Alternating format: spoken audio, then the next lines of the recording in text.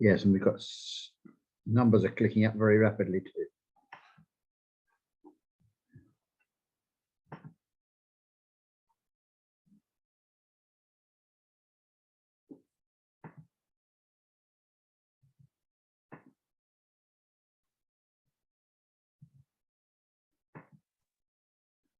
Hello. Oh. Hello.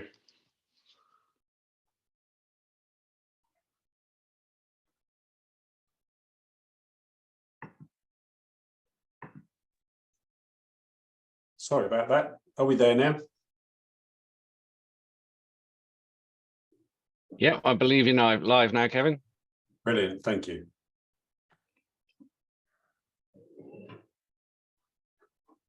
How are we doing time-wise? Pretty much bang on 1/4 past. Okay, and I can assume from the screen that Ed is with us, but I can't see Ed. Yes, I am indeed. Due to where I am currently, I can't really open my screen, so we're just going to have to go cameraless for the time being until later on. Thanks for joining us, Ed. Greatly appreciated, obviously. Oh, we've lost Tom there.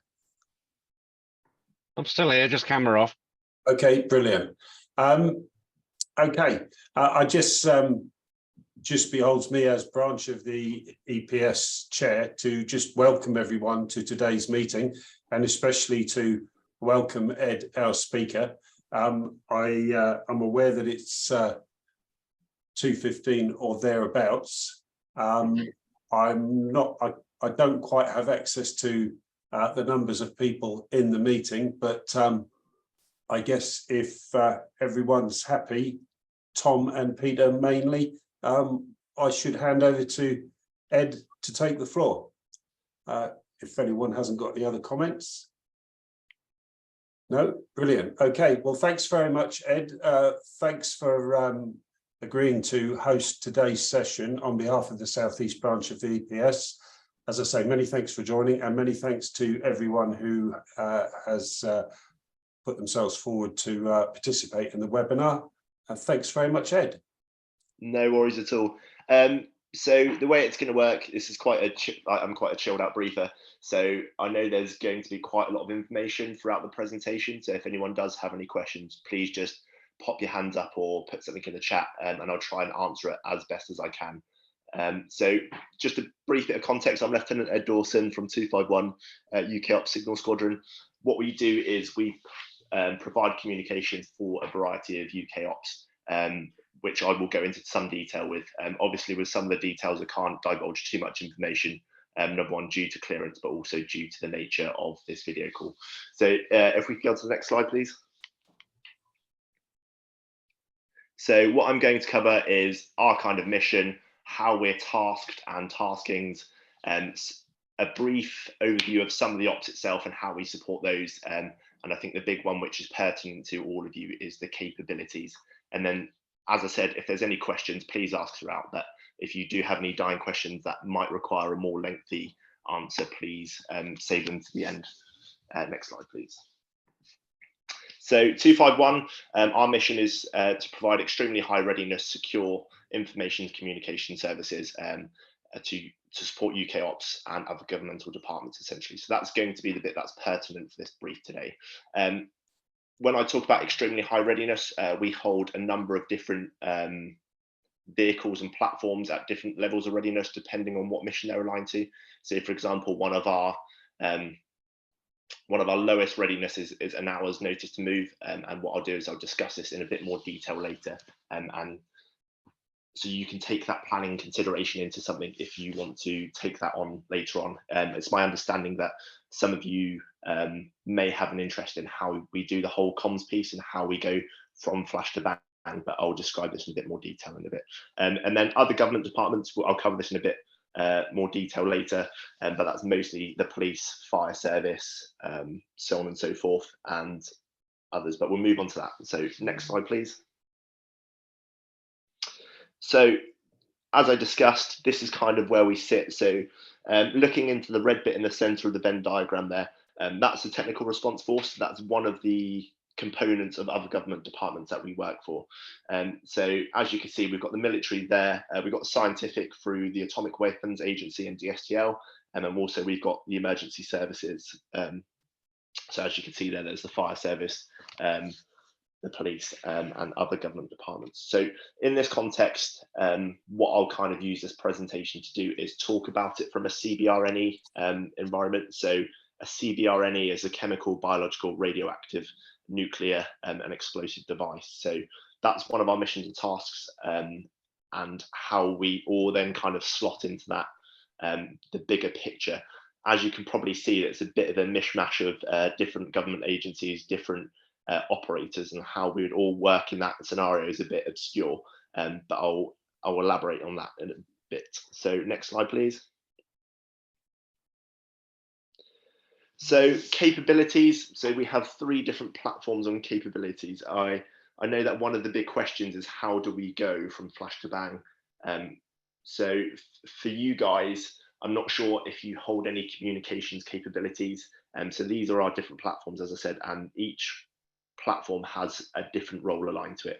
So I think the most pertinent one for you will be the IRT, which is the incident response team. So all of the kit is preloaded into the vehicles. Every Monday they get PASEX, so that's the planning and confirmation exercise. So every Monday the kit gets tested, and there's a different setup for different tasks. So if you look across the 4 there, we've got the secure mobile capability, the SMC, the secure portable capability. So they both fall under that bracket, and they provide varying forms of communication that I can't really go into too much detail about. But what will be interesting for you is the amount of users and how we get into location. So with the SMC, everything's plugged in, it's good to go. So when we drive to a location, we can essentially set up comms straight away. Like, so most of our bearers are like through satellite communications. So that's something that's a bit more expensive, but due to the missions and tasks that we're aligned to, fortunately the MOD pay for that and take the risk there. So that's one of them. So a DTT, so looking down for the SMC, the DTT is a data transfer terminal.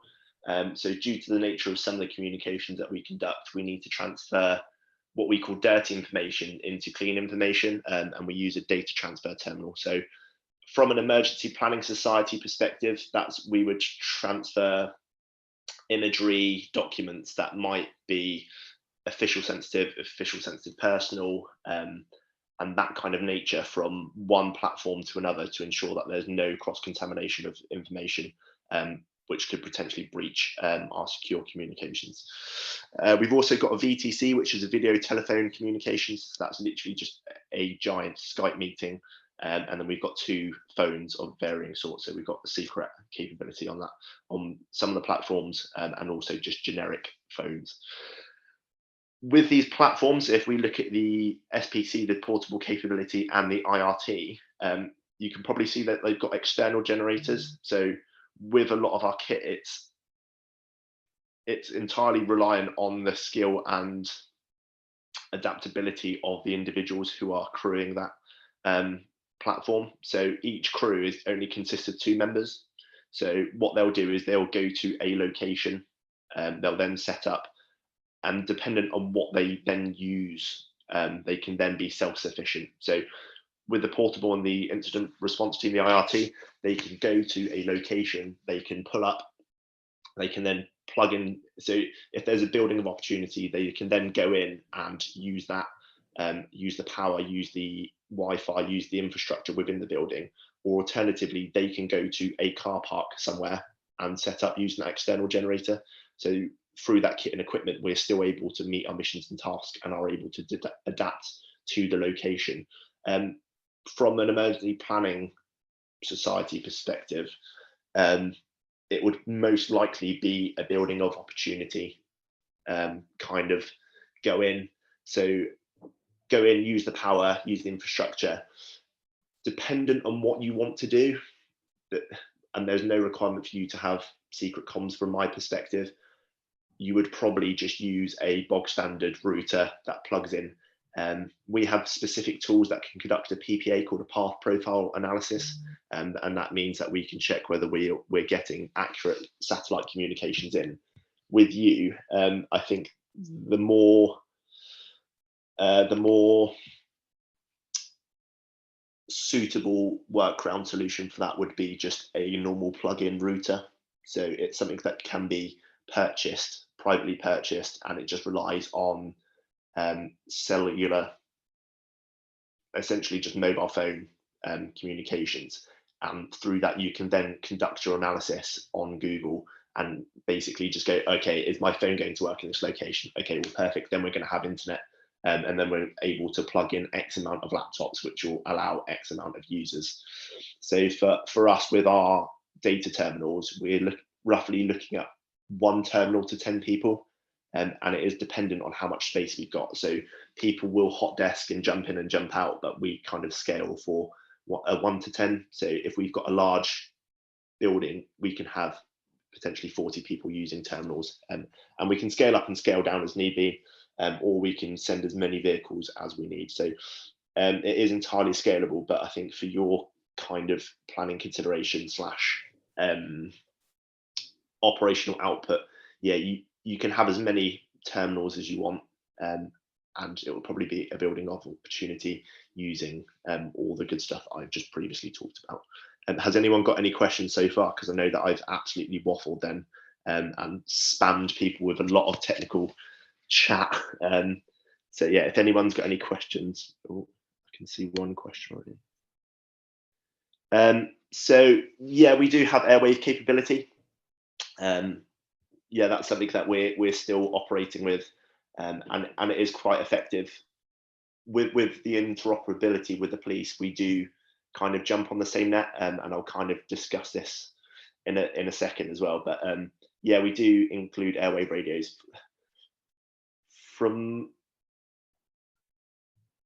So from my perspective, yeah, you could do that. Obviously, the cost and the laydown from an EPS perspective to have that interoperability with the police, it depends if the squeeze is worth achieving that situation. So yeah, it's something that should be considered, but it's a very effective tool. Jennifer, just reading your question now, if there's a wider power cut or communication separate to the national mobile network. Yeah, so all of ours can be self-sufficient, self-standing. So as I said, with the generators, we can generate our own power.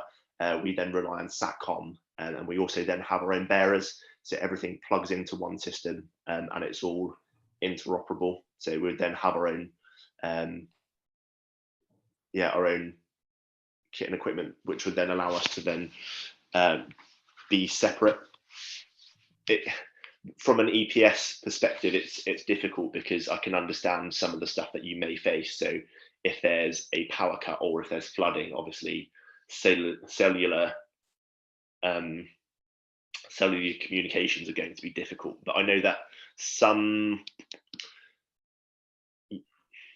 I'm trying to answer this in a way where I can't reveal everything that we do, but also answer your question. You can piggyback and hotspot off of certain things to essentially ensure that your communications are robust. So you can kind of create a mesh network through other locations. Essentially, it will involve, for example, if you used airwave, you could use airwave quite efficiently to then achieve comms to another location, which would then be your mesh network, and then you could push out any direction from there. I know, Jennifer, does that make sense, or is that? Yeah, so some events do use Starlink for this. As I said, it is entirely dependent on your budget and what capabilities you have available.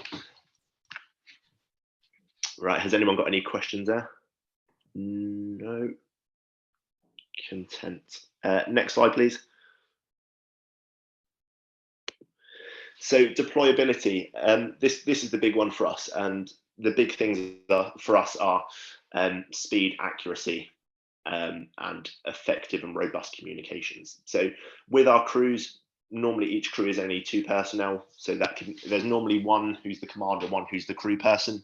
So the commander is obviously in charge when we have different notice to moves. So for example, as I said earlier, one of our lowest notice to moves is an hour.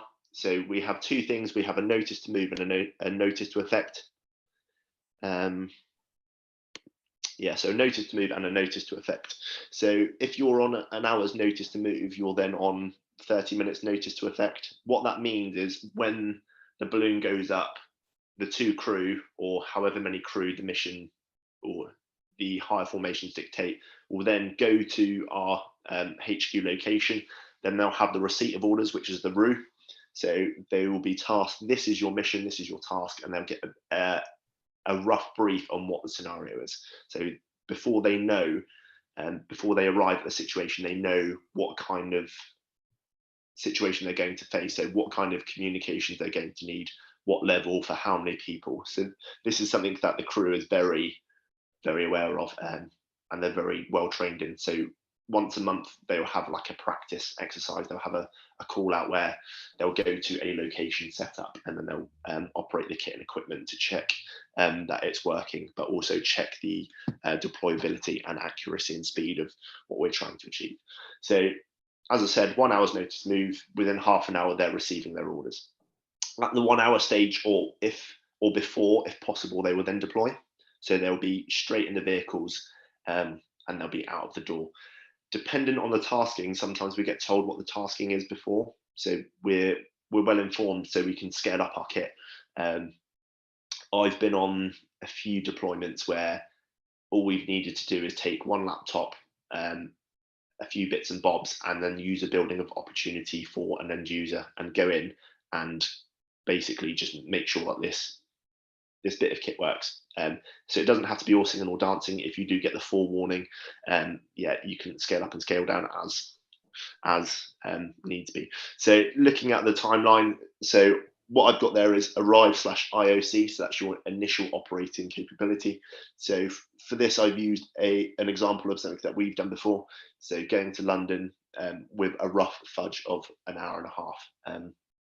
So IOC is your initial. So what we do is we class that as having one of the services available, whether that's VTC, so your video telephone conference, if that's voice via phone, or if that's data, so laptops, so on and so forth. So within, our crews can pretty much turn up, and within 10 minutes they will have IOC. So that's a very quick flash to bang, get there, get everything up and moving.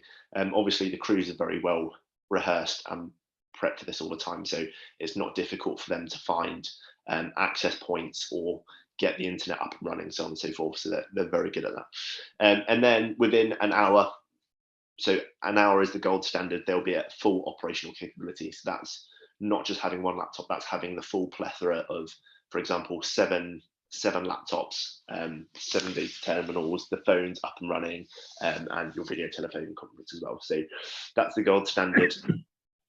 So you can see from there, from flash to bang, they're pretty much very on the ball there, and all over it.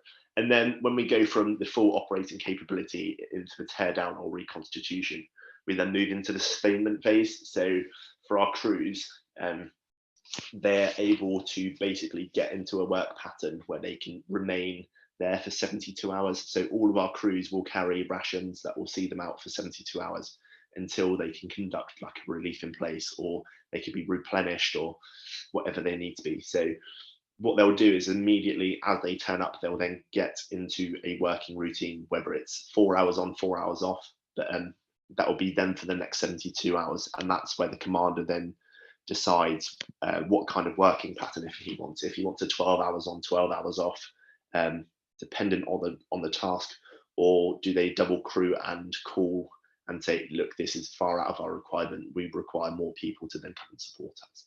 So as with the other things like the kit and equipment, it can be scaled up, scaled down, or changed, dependent on what the commander on the ground dictates. Also on some taskings, they'll send out a liaison officer. So I've been on quite a few tasks as a liaison officer. It's just dependent on the differing circumstances and users, so on and so forth. So that's also another factor that we can have in there. So all of us are trained on the kit, so we can go in and operate the kit if need to be. So as you can see, from flash to bang, dependent on location, we can be there in and working at full operating capability within 3.5 hours from here to London, and that's the gold standard. To go further afield, we the soldiers would have to drive then, and it depends. As a UK Ops squadron, you could have something at Land's End or you could have something at John O'Groats, and both provide differing planning factors into the equation and a bit of workaround. So we've got a fly forward capability. So with the portable capability, what we can do is we can put that into a car, drive that onto the back of an air platform, dependent on what it is, whether it's a military air platform or a civilian air platform. We can then drive that onto the air platform, taking what kit we need.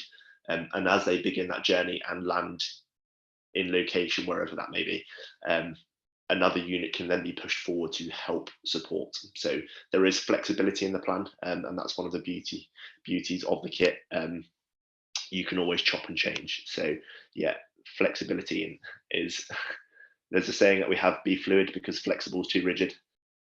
So that's something to bear in mind there. Next slide, please. And are there any questions? I know that I've rattled through that in very quick time. I'm just very wary that there might be a lot of questions, and I just didn't want to cut time short and go, I'm not going to give you all that information.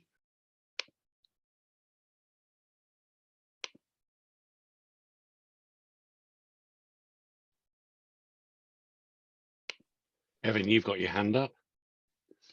Yeah, I was just going to ask, and I appreciate there are some things you obviously can't talk about, but just sort of to kind of give us a heads up. I think this is very much like when I've been listening to you talk, it's very much like we might consider deployment of EOD, that type of resource, in similar types of scales in terms of timeframes and attendance, etc., etc. Obviously, there are some deployments you can't talk about, but are you able to give us a flavour of some of the deployments that the teams have had recently that might sort of, you know, when we're either planning or responding to A, B, or C, we might think, oh, hang on a minute, we might be able to go to Mecca for this. Yeah, so within MACA, so with the Technical Response Force, they exercise 3 times a year. So they have two build-up exercises essentially, and then they have like the final confirmation exercise from the Home Office. So that's the big one. One of the ones that I went to was in Catterick, and that was us working with EOD and Search. Who else were we working with?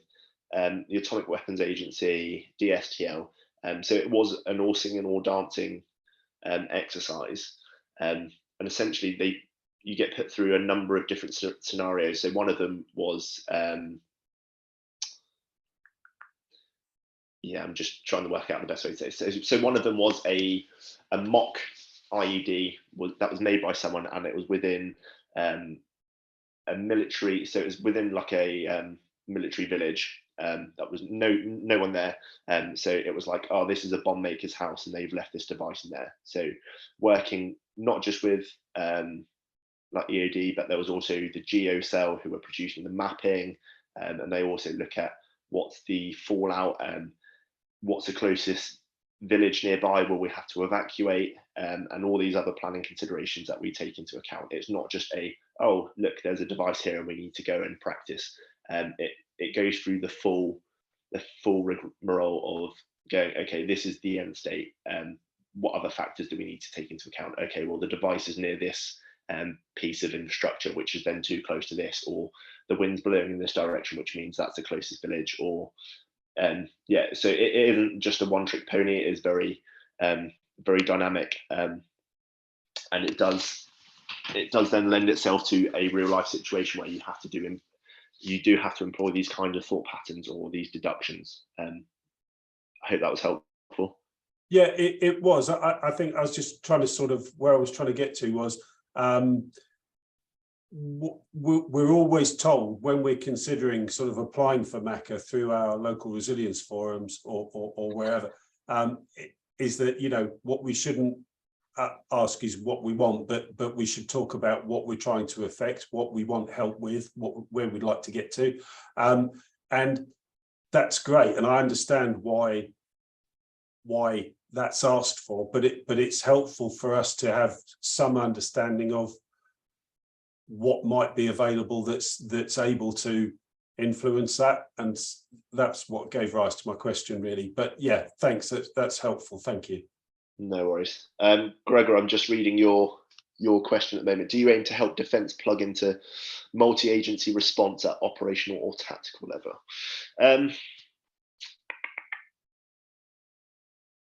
Wait, just let me reread that quickly.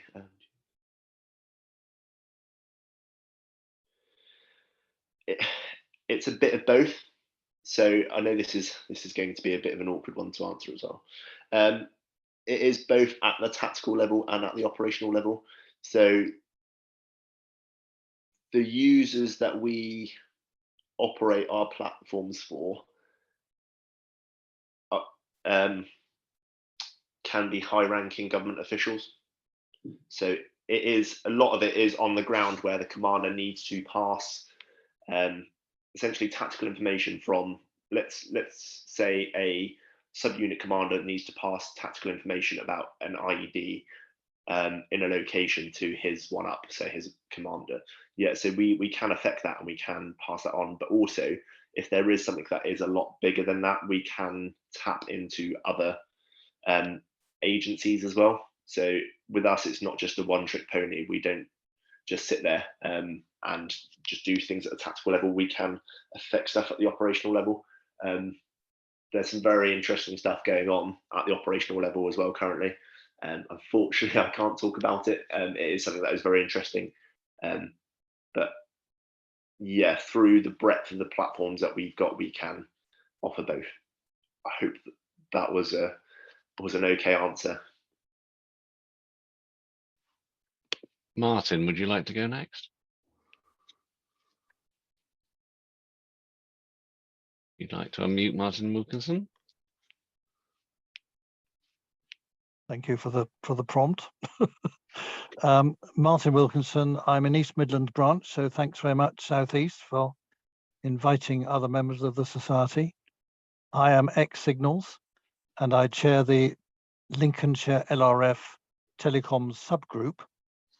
So what I'm interested, I guess, is have you ever, from your squadron, provided comms for an LRF throughout the country who's, for some reason, got into extreme telecoms difficulty, or are you always, or nearly always, supporting military units who are themselves in support of the civil authority? So we don't really do that. So that's more of an infrastructure engineer's kind of job. With us, most of our work, I would say 80% is military focused. I'd say the other 20% is where we're being tasked from higher formations. So standing joint command in Aldershot, we will then task us to go to a government official's house to provide communication. So that is the other 20% of our work. With the failing in infrastructure, if it was a MACA tasking, that would probably be more of a 241 signal squadron infrastructure kind of job. I've not seen it personally with a MACA tasking going to a unit such as 241, but I think if there was a widespread situation, that could be a workaround. Okay, so when I should get my regimental numbers wrong, but when 33 EOD Regiment TAC headquarters came to Lincolnshire a few years ago, because we had a mustard gas incident, their comms would have been provided by who, please? That would have been provided by us. So we would work with 33 EOD group. Okay. In that situation, so the Yeoman of Signals and the Airwave are part of your squadron? Yeah, so we do hold airwave, and that is one of our redundancies. We don't aim to lean on that capability because we have other assets to throw towards it. So that's normally like a fail safe, but it is used for other activities within the squadron. Thank you. Last question for the moment. Are you an independent squadron or part No, of a we're regiment? not. We come under the bubble of 10 Signal Regiment. Okay. So it's a strange one. We're the only geographically dispersed regiment. So we've got units, one unit, so 241 Signal Squadron in Bicester, and we've got 225 Signal Squadron in Northern Ireland. So we aren't an independent Signal Squadron, but we are spread to the seven winds essentially. And where are you based? Aldershot. Okay, lucky you. Yeah. So yeah, I mean, there's worse places to be, but okay. So there are two Signal Squadrons in Aldershot. Is 216 still there? No, 216 has now moved to Colchester to be part of 16 Air Assault. Okay. Thank you. So I won't hog it, but I'll probably got more questions later if there's time. No, Martin, that's perfect. No worries. Andy, I'm just reading your question currently. From what I've stated so far, would I be right to assume that you're a capability mainly aimed at spontaneous response rather than pre-planned events? So Andy, yeah. So a lot of ours is spontaneous response. So there's a lot of hurry up and wait, and the soldiers love it. They don't really. So the hurry up and wait is, we have a saying 99% waiting, 1% action. So there's that. But yeah, we do cater for pre-planned events. So as I said, if we know that a government official is traveling to a certain location and requires a certain level of communications, we can then go to that location and set up the comms in advance. So yeah, it is a bit of both. I would say currently our pre-planned events outweigh a spontaneous response, but with stuff like the Novichok poisoning in Salisbury, that was one of our big ones. So Operation Morlop, and that was one of the big ones, but that was a very, as you can understand, a spontaneous response, but it's something that we're scaled to deal with. I hope that answers your question.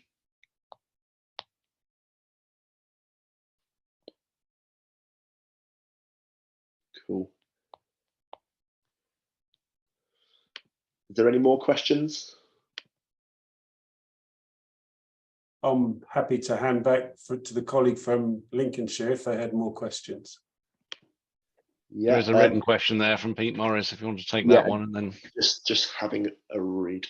A lot of this feels like connecting from remote to central, providing ability to reach comms back to the main infrastructure. Has there been anything in the reverse, i.e. broadcast or direct comms things to like civilian mobiles? Interestingly, I don't think there has been. I did read somewhere recently that the government is going to push out some kind of boom alert over people's mobile phones. That is something that I believe that the government has the capability to do. I don't think that's something that we as an independent or as a Signal Squadron would be able to do. But in the event, as I discussed earlier, if there was something like a CBRNE incident where there was a cloud that was rolling towards a populated area that contained nuclear material, I'm sure there would be able to be some kind of broadcast boom alert that would be able to be pushed out via mobile. It's not something that I've come across yet, but I would be very interested to see what would happen in that scenario. But as I said, I think there is something that is coming out from the government in the next few days. I believe the cell broadcast test transmission is due to go out somewhere around the 20th, 23rd of April. Yeah, That's right.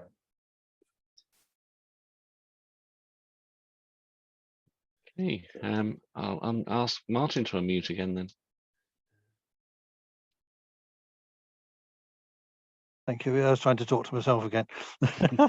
Yeah, it's called Emergency Alerts. It's run by the Cabinet Office, and there's the very first national test broadcast in the afternoon on Sunday, the 23rd of April, is what they're saying.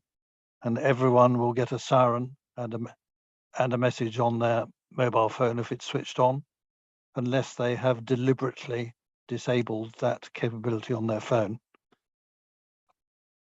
That wasn't the only thing I was going to speak about.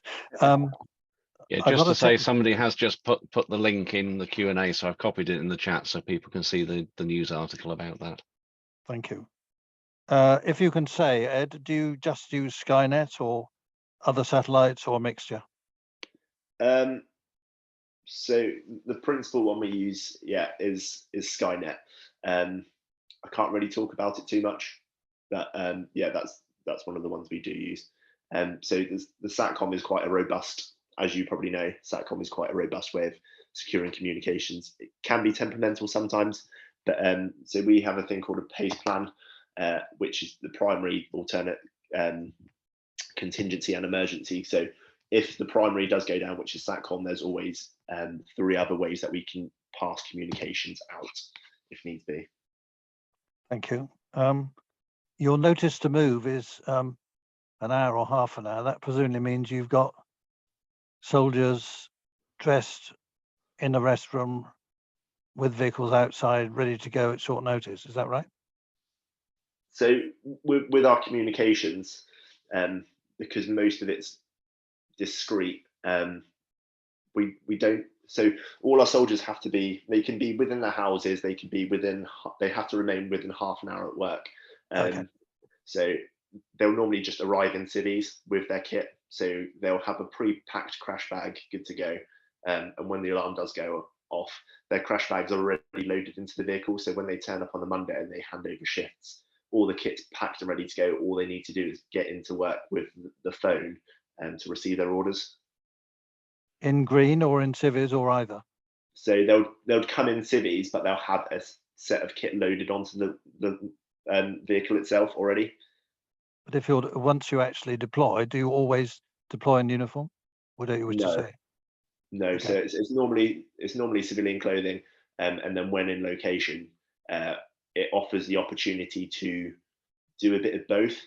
So it also, if it's a MACA tasking and it's plain in-sight military clothing, such as Op Morlop in Salisbury, it pays dividends to be in kit. Whereas if it's more of like a secure communications and we're going somewhere to provide comms very discreetly, it will just be then civvy. So it looks like people are just driving around very discreetly. Thank you. I've got one other comment and one technical question as a comms engineer. A comment is somebody earlier mentioned tactical and operational.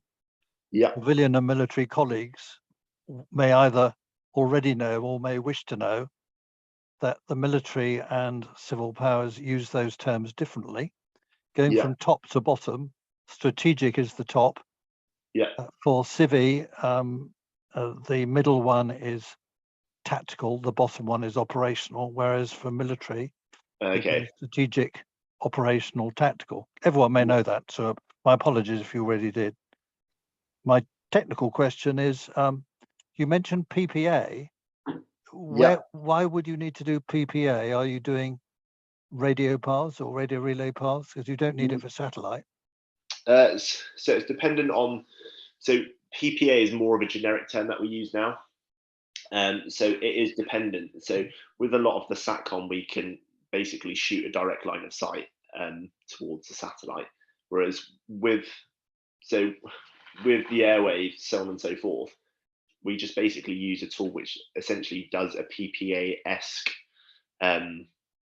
ring chart as to where we're going to get comms. So yeah, that's okay. So it tells you where you'll get communications. Yeah, essentially, yeah.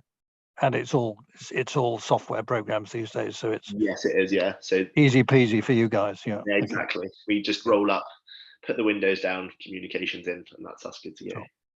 Sure. Right, Andy. Thanks for answering my questions. No worries at all. Andy, I'm just reading your question. In regards to 251 providing secure comms to, for example, a government minister attending a particular location, that ask would come from the department rather than a civil authority. Reason for asking is that I have responsibility for protected persons visiting my locality. So the way that it works is government would essentially send out a request to either the LOC, so the Land Operations Centre, or SJC, Standing Joint Command, and then it would then filter down. So it would then come down to us. LOC or SJC can task us then directly, So that's the way it works for us. I hope that's okay.